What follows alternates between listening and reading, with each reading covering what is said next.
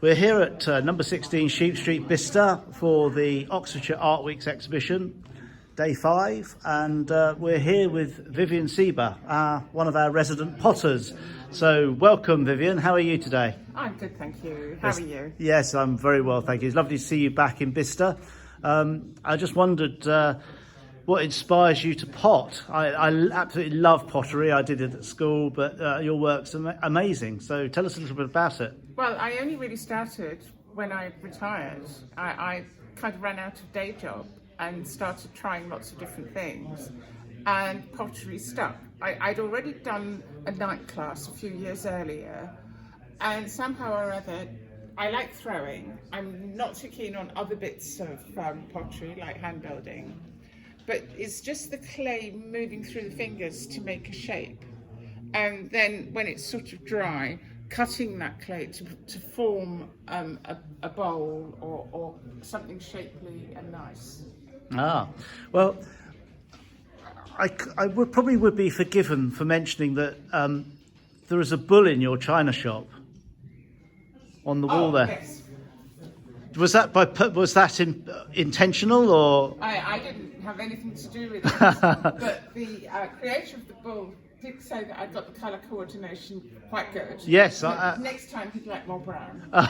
Wonderful, wonderful. So I see you've got a couple of collections here. So you've got some lovely white and green, and you've got some sort of greeny blues, and then you move into the whites and pinks. So how do you develop your colourways and your glazes? Well, there are two basic collections here. There's earthenware, where everything is made and fired to biscuit, and then it's glazed and refired. Now you can either refire quite low temperature, and there I'm talking about 1050, something like that, and that's where the colourful spotty glazes come from. Okay, that's these ones here. Yes, and the spots are usually glass crystals that expand when they're fired, so they're going to all be different. They're unique, and you get these amazing colours around the edges. Oh, yeah. There's something about pottery, the uniqueness of it. They're never the same. You can't get this anywhere else. You can't buy it on the high street. You can't buy it in a superstore. This is proper artisan stuff, isn't it? It's brilliant. And it's quite difficult to get the same thing twice. Yes. And then the duller colours, they're biscuited, but then they're glazed and fired to a much higher temperature. So 1260, 1280, these are fired on gas reduction, which is how you get the lovely pinky swirly colours. These are fired in oxygen, same sort of temperature, but then you get slightly stronger colours. And the greeny blues, again, they're fired in oxygen.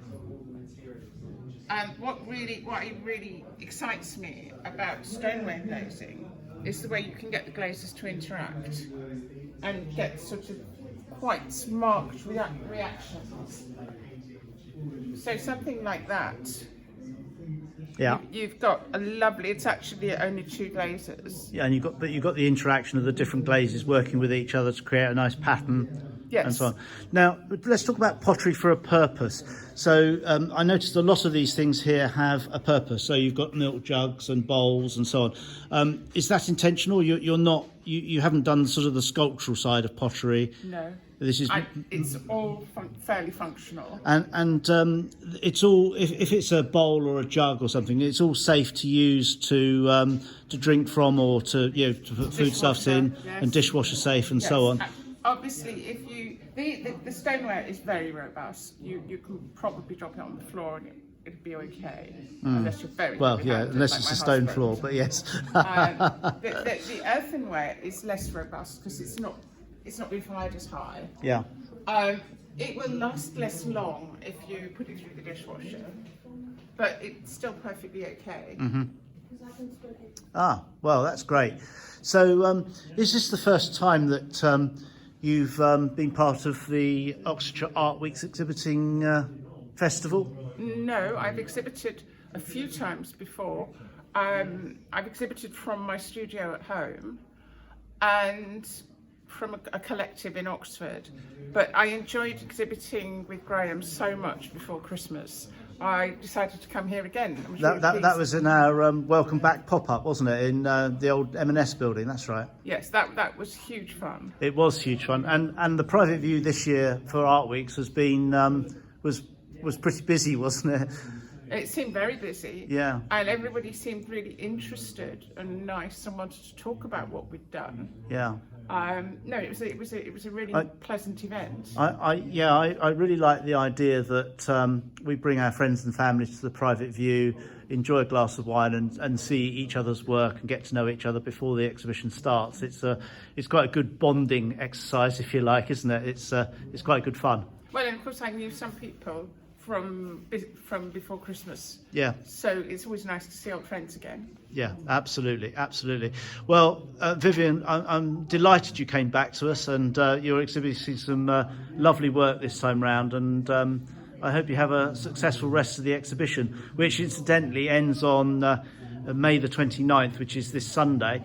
But there's plenty of time to come and explore all the lovely work that Vivien's got on show, along with 27 other artists. So well done, Vivien, and thank you very much. Thank you, Graham.